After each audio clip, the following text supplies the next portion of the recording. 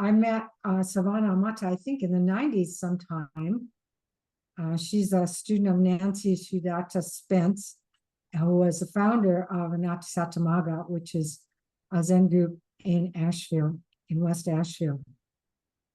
And Savana took over as head teacher when Sujata became ill. So she's the head teacher now at Anattasati Magga. And also, a long time ago, started the Center for End-of-Life Consciousness, which is end-of-life transition. End-of-life transition. I know I have it on. And which is it's a lot of things, isn't it? It's how to, ways to take care of body after you die, but it also is intertwined with the teachings of the end of life and death in the tradition, Tibetan tradition. And do you still teach classes about that, or are you too busy? We do. Frank Starling teaches those classes. We have 3 different classes that are taught. Right. And also started the sanctuary. I don't remember what the name of it is, but which is Carolina Sanctuary. Carolina Memorial Sanctuary, which is a place for natural burial in Hendersonville. Where is it? In Mills River. In Mills River, right. Beautiful, beautiful place. And also, Savana learned Raksu and Okesa sewing from Mrs. Tomoe Katagiri, my teacher's wife, and has become our local expert in that area. And I started teaching classes in Raksu sewing, and also helped Trey sew his Okesa. So thank you for that. So a woman of many talents. And today she's going to be talking about some of the teaching, the word of the Buddha, some of the teachings of the Buddha, which is a course that is offered at Anattasati Magga. Thank you very much for coming. I'm wondering if you would let me share my screen. I thought we could recite the entire daily recitation since this is the last class. Sorry, I muted you by mistake. So I meant to. Did you unmute yourself? I unmuted myself. Okay, I have to. I'll make you a co-host so then you can. Okay. To share the screen. So a little bit about what we call the daily recitation. Our teacher Nancy Spence Sujata trained at Vichara Monastery in California, and her teacher, his name is blipped out of my mind, put together a daily recitation based on the Buddhist teachings. And it comes from the small little book. It's called The Word of the Buddha. It's backwards. It's by Nyanat Tiloka, very tiny little book. And so it's a condensation of the Buddhist teachings. And we recite this, if we were on retreat, we would recite it every morning. And it's we have a mala, and the sections of the daily recitation are separated by these little white beads, and they're called the marker beads. And there's 3 main big beads that represent the Buddha, the Dharma, and the Sangha. And so we can use this mala as we recite the daily recitation. We'll go along, and with each bead, we'll move it along and recite the next line in the daily recitation. So that's how we use this mala and how we use the daily recitation. So I'm going to share my screen, and we can recite the daily recitation together, and then I'll give a Dharma talk on class number 8, but we'll go back sometime this coming year and give you the 2 classes that are missing.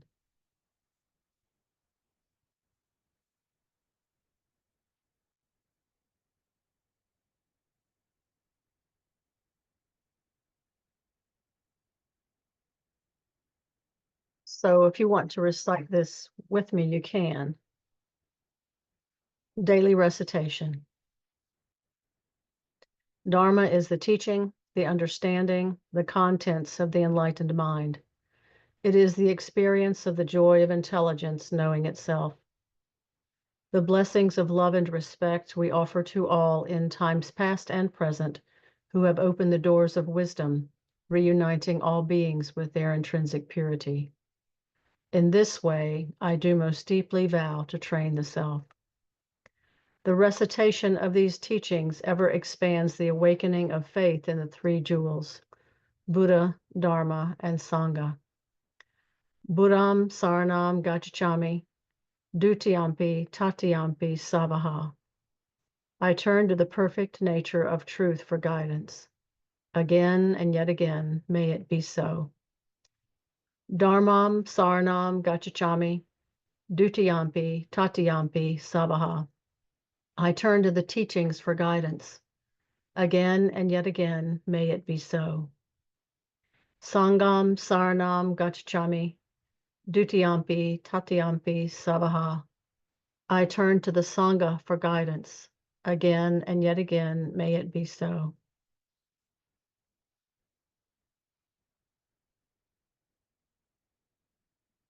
In this way, I do most deeply vow to train the self. Dukkha, the noble truth of suffering. Dukkha samudaya, the noble truth of the origin of suffering.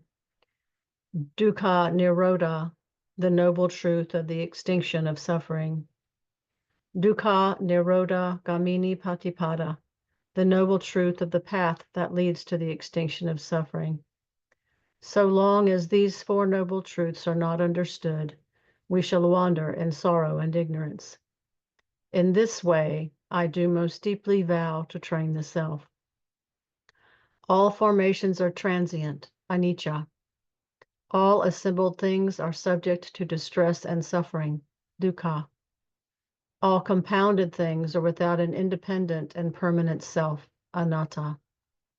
In this way, I do most deeply vow to train the self.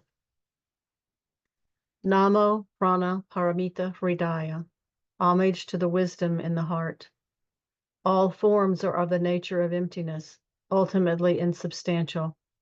The nature of the body is emptiness. Yet emptiness is not nothingness. Emptiness reflects the interdependence of all things.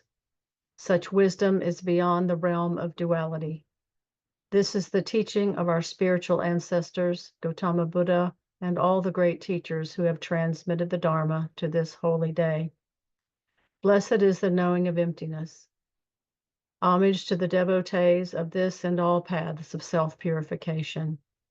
May all find simplicity the joyous and practical guide. Dharma, being the contents of enlightenment in which there is no bondage and no suffering, offers freedom from the cankers of ignorance and fear. In this way, I do most deeply vow to train the self. Sangha is the holy order of spiritual ancestors, laity, monastics, and all those who follow and practice this path. Homage to all sanghas. Homage to all who are approaching this path. Homage to all who follow and establish this path. In this way, I do most deeply vow to train the self. By comprehension that dissipates delusion, by aspiration that harms no one, by speech that makes for clarity, by self-discipline that brings no regret, by livelihood that brings no discredit, by endeavor that results in goodness, by mindfulness that proves this path, by awareness that leads to nirvana. In this way, I do most deeply vow to train the self. With this recitation, I do confirm my acceptance of these three pure precepts. Cease from harm, do good only, purify and train the mind. In this way, I do most deeply vow to train the self. With this recitation, I do confirm my acceptance of these 10 great precepts. Do not kill. Do not steal. Do not covet. Do not say that which is not true. Do not sell the wine of delusion. Do not speak against others. Do not be proud of yourself and devalue others. Do not be mean in giving either dharma or wealth. Do not be angry. Do not defame the three treasures. In this way, I do most deeply vow to train the self. In the practice of loving kindness, in the practice of pure attention, in the practice of ever-expanding faith, in the practice of constant devotion, in the practice of inquiry through correct jnana. In this way, I do most deeply vow to train the self. O happy blessed day, O happy blessed place, O happy blessed time, O happy blessed path, O happy blessed opportunity. In this way, I do most deeply vow to train the self. Here, in humble submission, in order to experience this most perfect now, I deeply bow and sacrifice all thoughts, all tensions, all pressures and desires. I am born of karma, I am heir to karma, I abide in karma, and I am supported by karma.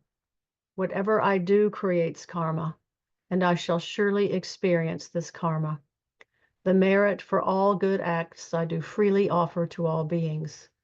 Dutiyampi, Tatyampi, Savaha. Again and yet again, may it be so. Willingness is the name of the key to the gate of awakening. For even to awaken from deep sleep and face the new day, there must be willingness to do it. Here in my heart and hand is the opportunity, and the way is clear beyond the gate of thought and desire. There is no self and other, as clear, focused mindfulness expands into awareness.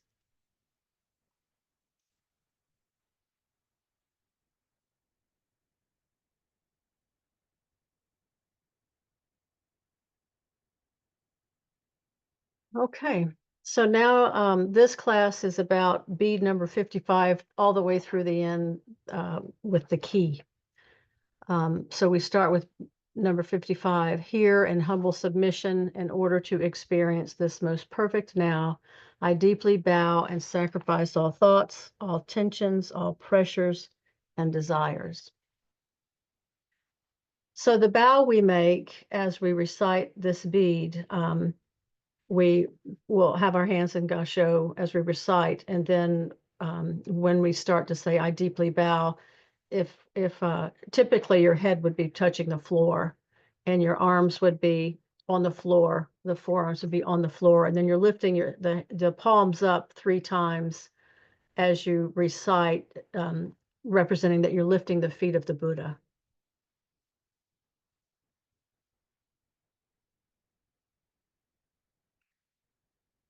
So here in humble submission, in order to experience this most perfect now, I deeply bow and sacrifice all thoughts, all tensions, all pressures and desires. So if we could sacrifice all thoughts, all tensions, all pressures and desires, then we'd be free. We would be awake and enlightened. What would remain of you if you let all of that go? What do you think might be left? The perfect moment would remain. This most perfect now would remain.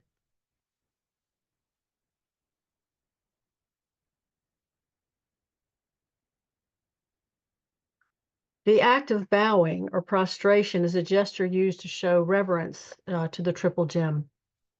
When we prostrate, we seek to purify our delusions, our negativity, and our demeritorious karma, and we generate merit. Prostrations cut the ego and is a pride-destroying method to purify the mind and an excellent antidote for slicing through false pride. Prostrations show respect for all living beings, since every sentient being has Buddha nature. From Ken MacLeod's book, Wake Up to Your Life, he says, when we bow to the Buddha, we are not bowing to a supreme being. We are acknowledging our own potential to wake up in presence. When we bow to the Dharma, we are not bowing to sacred books. We are acknowledging that these teachings provide us with the path out of our own confusion. When we bow to the Sangha, we are not bowing to them because we feel they are holier or more powerful than we are. We are simply acknowledging that we share the same intention to follow this path. And then we recite the Buddha bead. Anybody have any questions about that little section here in humble submission and the bowing or comments?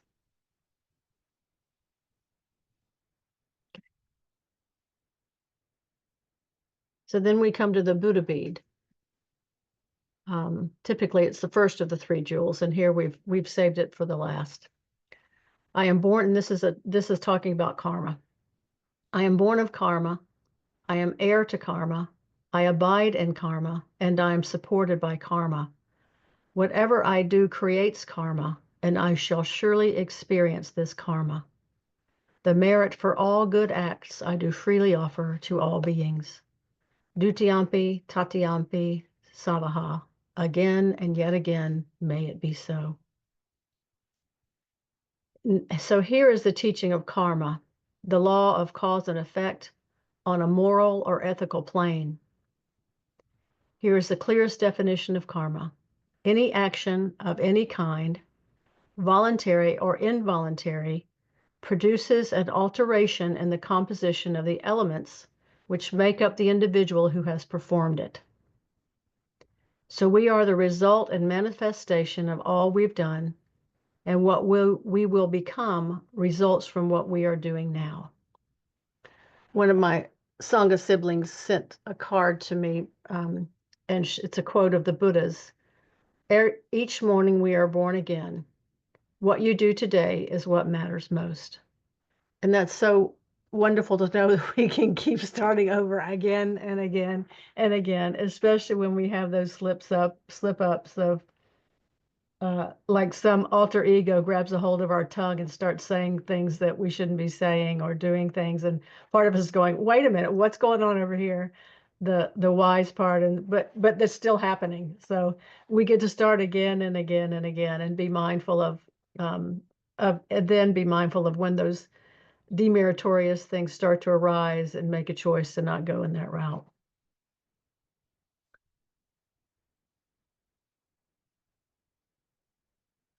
So from Ken MacLeod's book, Wake Up to Your Life, karma is a Sanskrit word that means action. In Tibetan usage, the term is also often expanded to action-seed-result. The basic idea is that karma is a process in which actions develop into experiences in the same way that the seeds develop into plants that bear fruit. Karma is not a static process with one action producing one result. It is not a simple cause and effect process, such as pushing down on the brake pedal to bring the car to a stop. Karma is a more complex growth process. Every action establishes a predisposition to similar actions and perceptions. Every action establishes a predisposition to similar actions and perceptions.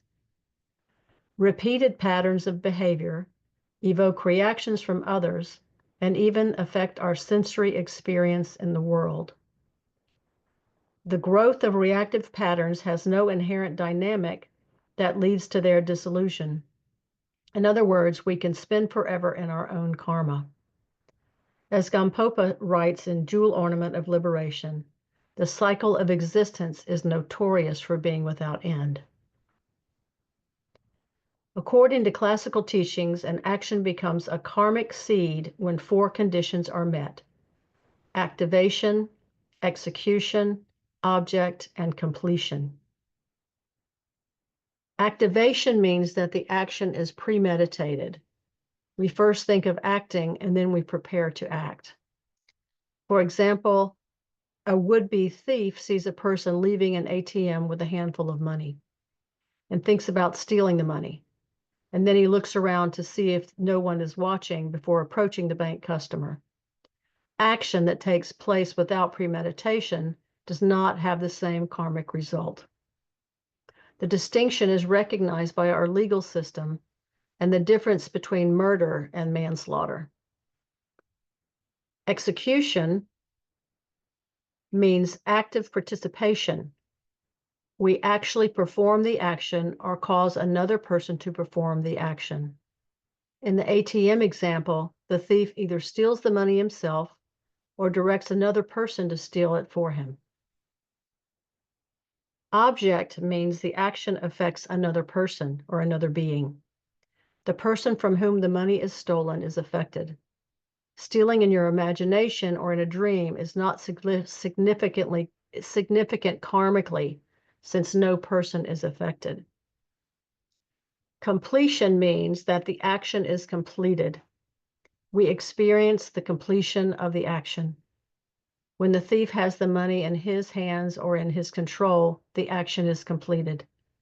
If the thief is shot and killed before actually taking possession of the money, the action is not completed, since the thief doesn't experience having the money. When these four conditions are present, an action is like a seed planted in the stream of experience. The seed grows, affecting how we experience the world in four different ways. To return to the thief example, the first result is that greed consumes the thief. He can never have enough money. The second result is that people guard their possessions when he is around them and avoid him or refuse to interact with him. The third result is that he believes that the only way he can survive is by stealing.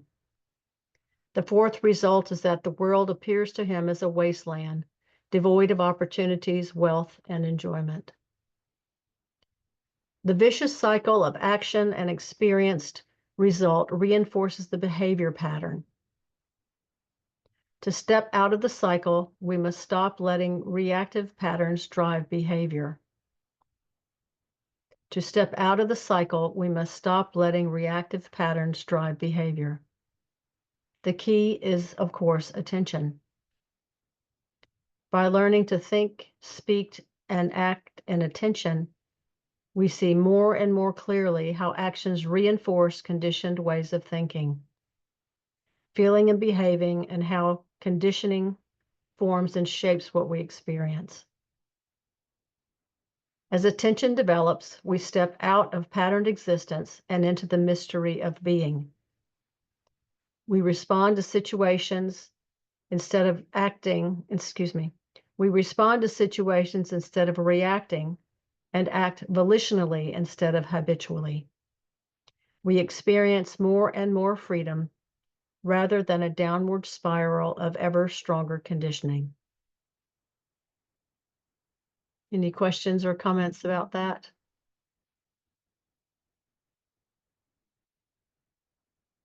So when I was growing up, I lived in a neighborhood of a lot of boys, like 20 boys, and I was the only girl, and I was one of the youngest kids. And my brothers, my oldest brother in particular, he wasn't the oldest in the neighborhood, but he learned put-down humor from the other boys. And so he taught me put-down humor, and I didn't even know what it was.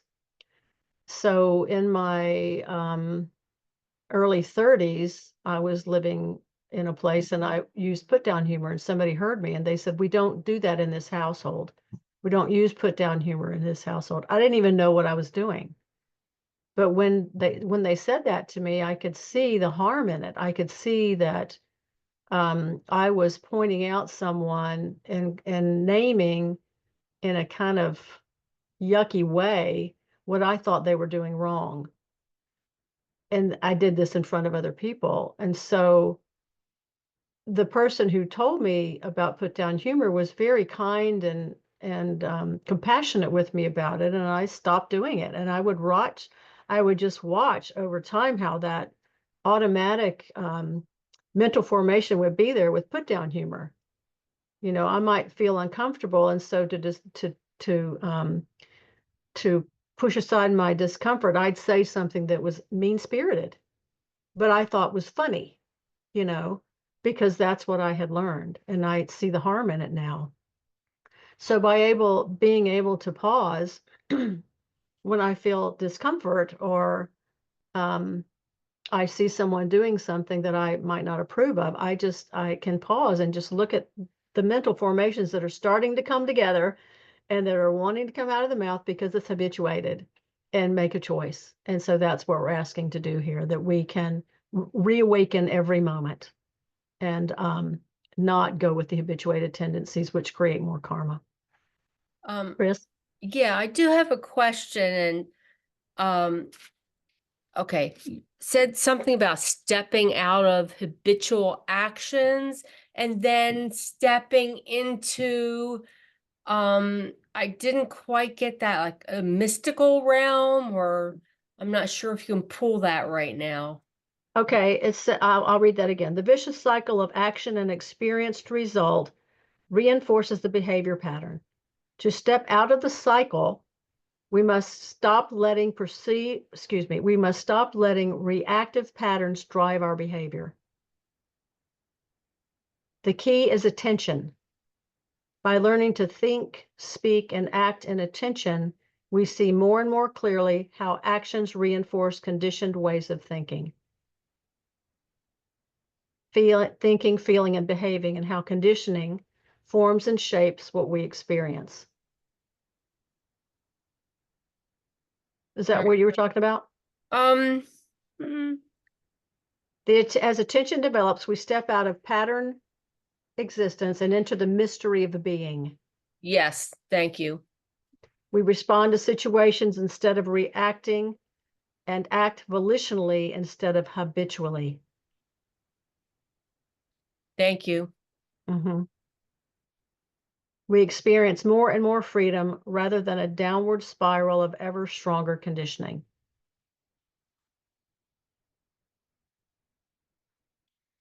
Traditionally, the 4 results of karma are said to mature over the course of lifetimes. That view raises the issue of rebirth and such questions as what is reborn, and how are karmic propensities carried from one life to the next.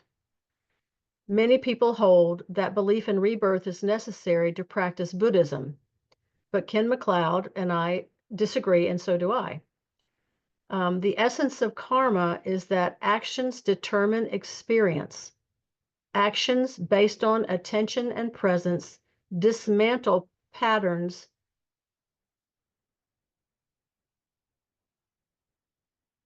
and lead to opening. When we understand how behavior affects experience, we understand karma. Belief in past and future lives isn't an issue.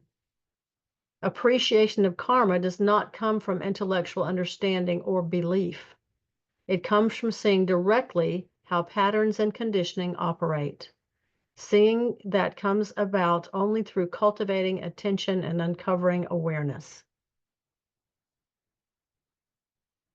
Any questions or comments about that? Tejo, if you have some brilliant words of wisdom there that you're holding in, you can feel free to share them. So this is a quote from the Buddha, from the Dhammapada. The thought manifests the word. The word manifests the deed. The deed develops into habit. The habit hardens into character. This makes me weepy. So watch the thought and its way with care, and let them spring forth from love, born out of compassion for all beings. As the shadow follows the body, as we think, so we become.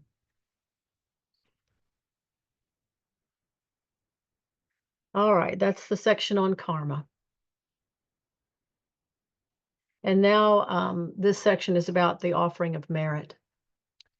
So the line is, the merit for all good acts I do freely offer to all beings. Dutiyampi, tatiyampi, savaha. Again and yet again, may it be so. The Buddhist method of dedication of merit allows us to share all the blessings,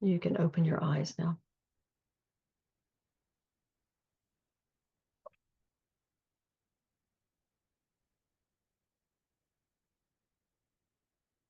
There are some mornings when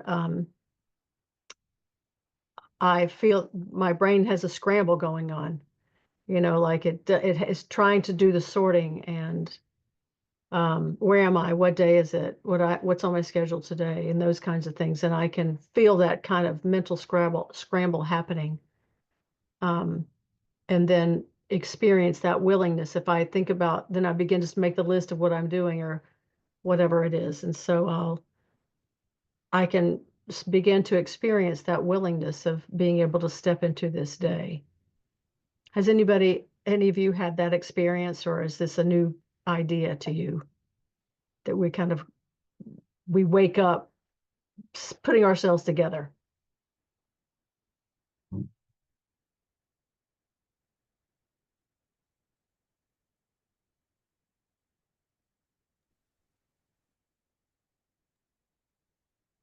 I can say that I know what you're talking about, but I never really thought about it in that way before. I'm sorry, Mita's barking. Oh, Mita, say that again.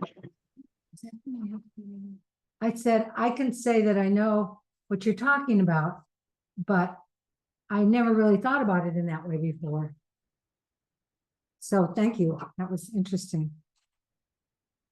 It's not showing it on. Mita says good morning.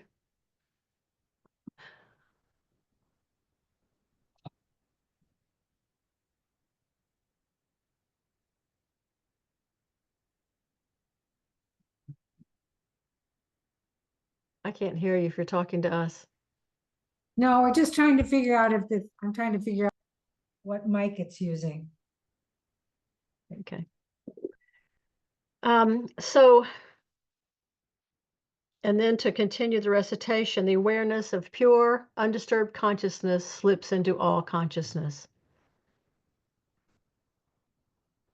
The awareness of pure, undisturbed consciousness slipping into all consciousness. This is the result of a sincere mindfulness practice. And it's the knowing of levels of consciousness. After a while, we come from or live from deeper and deeper levels of consciousness, and we are aware that we are doing this. It's not like we're egotistical about it. Oh, look at me. I'm living from a deeper level of consciousness, and you're not, because that doesn't work. That's ego stroking itself. We're just living from this expanding consciousness, doing something extraordinary, yet looking very ordinary. The phrase,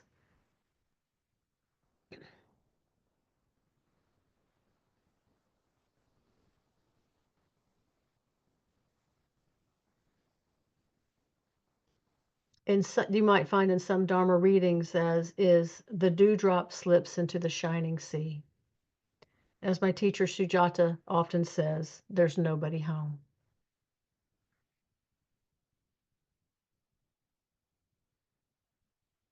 And that is the end of the class on this section of our daily recitation.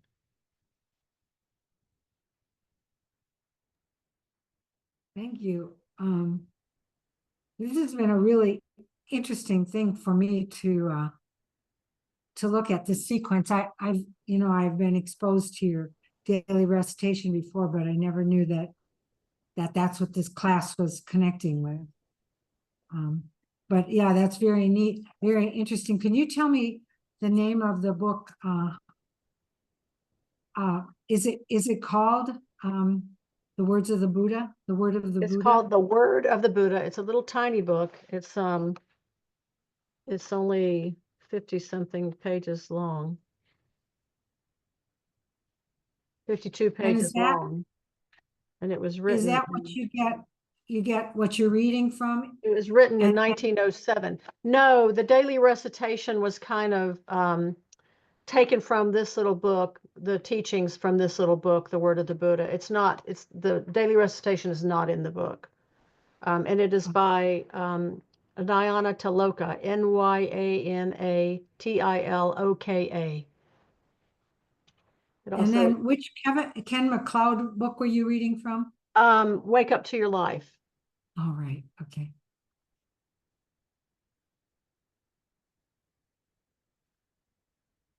What's helpful for me, since I've done this for so long, is that if during a day I might be experiencing something and I'll pull something out of the daily recitation, it'll pop into my mind and I'll recite it. So it's just helpful for me to use that in that way. And other people who do the daily recitation regularly and have learned it, they'll do the same thing. So that's how it's one way that is very useful for me, especially if I'm having to do something that I know is good for me, but I don't want to do. And I'll go, oh, happy blessed opportunity. Because we have the section called the Oh Happy Blesseds, and happy blessed day, place, time, path, and opportunity. And that's what makes an auspicious day. And so I'll go, oh, this is the happy blessed opportunity.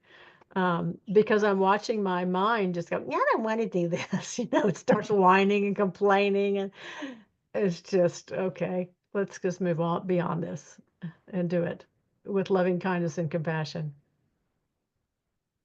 Or even if I don't feel well, this is a happy, blessed opportunity. I think that's the one I use the most, is the happy, blessed opportunity. So where did this daily recitation actually originate? From Vichara Monastery. Oh, okay, I see. Her teacher, I can't I know, remember I his can't think of his name right now either. I heard of him. He's in the Sensaki lineage, right? Sensaki Yeah, Roshi. yeah. Yeah. But I can't remember what his name is either. He's an American man. Yeah. It's just not coming to me. So he pulled it together in this form of the daily recitation Oh, okay. Yeah. and made the mala. So we make the malas. We put together the malas. We sell them on through our website, and the day it comes with a little card, a hard fabric, hard paper that has a daily recitation on it. If you're interested, you can find those on the anattasatiMagga.org website, and it yeah, then we can get that to you. And that little triangular piece that you were talking about, which is the key. We call it the key. Uh-huh. Willingness is the name of the key to the gate of awakening. That part of, was that designed by the same person or? Sujata designed this key. Okay. The original key was round, and Sujata designed this key. Sherry Huber also trained at Vichara, and the mala she uses is the circular key, and Sujata created the triangle key when she began teaching.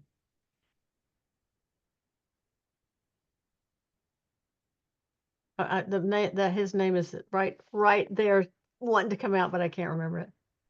I know, I always have trouble get it. remembering his name too.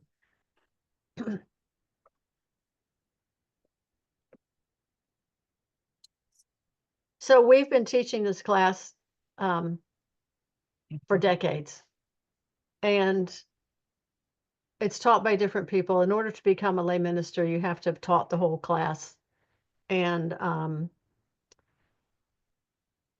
every time I hear it, even after hearing it for 30-something years, there'll be something new, that some layer of conditioning is dropped away, and I hear it differently.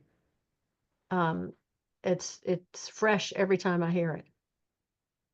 So that has been a wonderful thing. And the lay ministers who teach it, they all teach it in a different way. So it might be the way they say something or emphasize something that we can hear it new. Yeah. Star was saying the same thing when she gave a talk. She said every time she gives it, it gives her a broader understanding. The part about karma this morning that I talked about from Kim McLeod, we studied that book, and today when I was preparing to present here, it had a new meaning, especially the way he broke it down. That you have to have the four what did he call them now?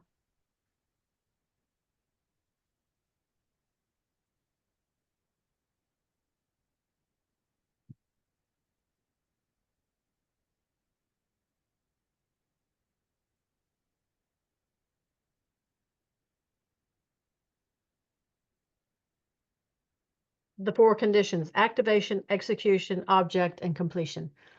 And there's a list that we were presented with at one point about the karmic results that might appear as the result of demeritorious actions. And one of them for me, I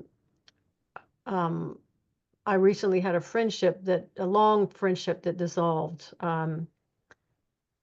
It was a friendship of about 40 years. And the behavior of speaking against others, the result of that behavior can be dissolution of friendship without just cause. So it allows me to see, if I look at the dissolution of this friendship that happened, and I think about how it just doesn't make any sense based on what was going on, I can think of my own ways of holding my sense of self together, and the way this other person who the friendship was with holds their sense of self together, and have compassion for both of us, that their decision to dissolve the friendship was based on their conditioning and what they had to work with in the moment. And my reaction and belief is based on my own conditioning and karma. And so what I can then do is turn to see and understand that in the past I have talked about others in a demeritorious way. And this is the karmic result of that. So bow to the gift of that painful experience, but see the wisdom and the opportunity here to really watch what I say, just like the put down humor I talked about, to be able to not do that anymore, to hold my tongue and speak with awareness instead of reaction. And so if we can look at the things that happen in our lives, whether it's health-wise or financial or whatever, and see that what is the gift of a lesson here or a teaching for me, and to see where I might be clinging, and is that where the suffering comes from? If I'm suffering around something that has happened, to look at that and see where's the suffering coming from, and to do it with loving kindness and compassion, so that we can heal ourselves. And when we heal ourselves, then we heal how we are with other people in the world and other beings. So it's been a very helpful teaching for me. All of this has.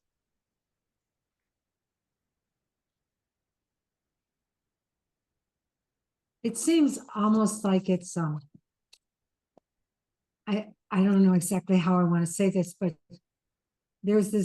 I feel like there's this distinction you're making, which the way I relate to it is, there's this distinction between like taking it very personally, or choosing to see it in a bigger perspective. I don't know how exactly to say that, but it's a very slight shift, but at the same time, it seems like a leap sometimes. It does seem like a leap sometimes, yeah. But once that shift is made, once you start saying, well, what is happening? What is my part in this? It's not just a matter of what have I done to bring this about, but it's more of how is my thinking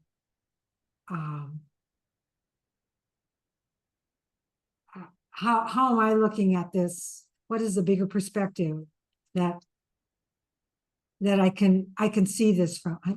I'm not expressing it very well, but It's anyway. it's hard to talk about karma. It's really hard to talk about it. Yeah.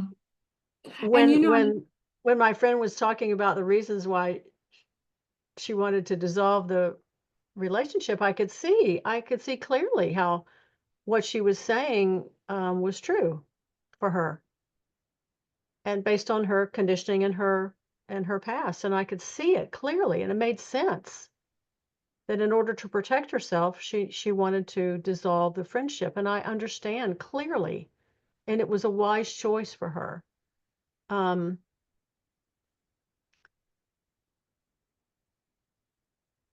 and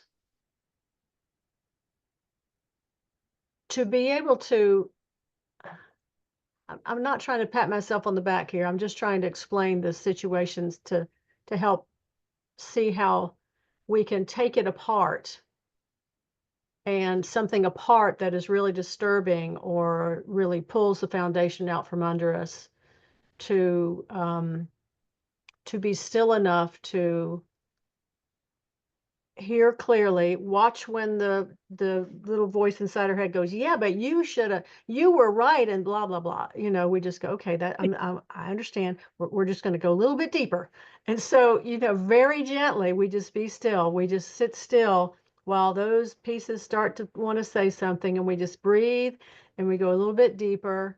So we're not negating them, but we're just including them and going deeper. And we just keep going deeper and deeper and deeper until there's a stillness where we can see all of it. You probably all have that experience. It's just learning how to do it more often, especially when we find ourselves on the floor writhing because the rug's been pulled out from under us. Thank you for that about, seeing things, but then like going deeper, and there's always a deeper. Yeah. I think part of that deeper too is just recognizing how we're interpreting it. Like, I think that's what you were referring to. You have your ways of thinking, and this person has a ways of thinking.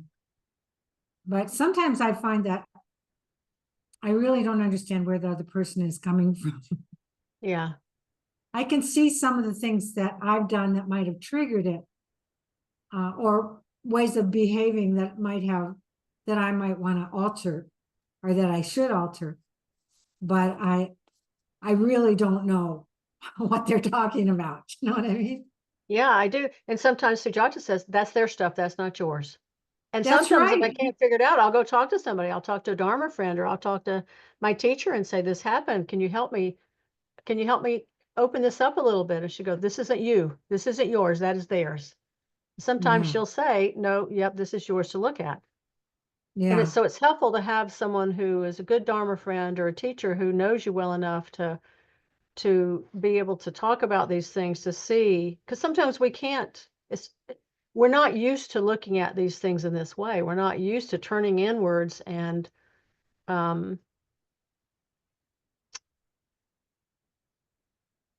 gently letting things come apart so that they're kind of in different stacks instead of all glommed together. We weren't taught how to do that. We were taught how to just get over it and go to your room or whatever. And so, but now we're being encouraged that when we have that little ick, that we start with that little ick instead of, letting it get bigger and bigger and bigger. Right. And I think there's some degree of attachment to how we see things too. Yeah. Which maybe we can, open up a little bit. Yes. Yeah. What do you think?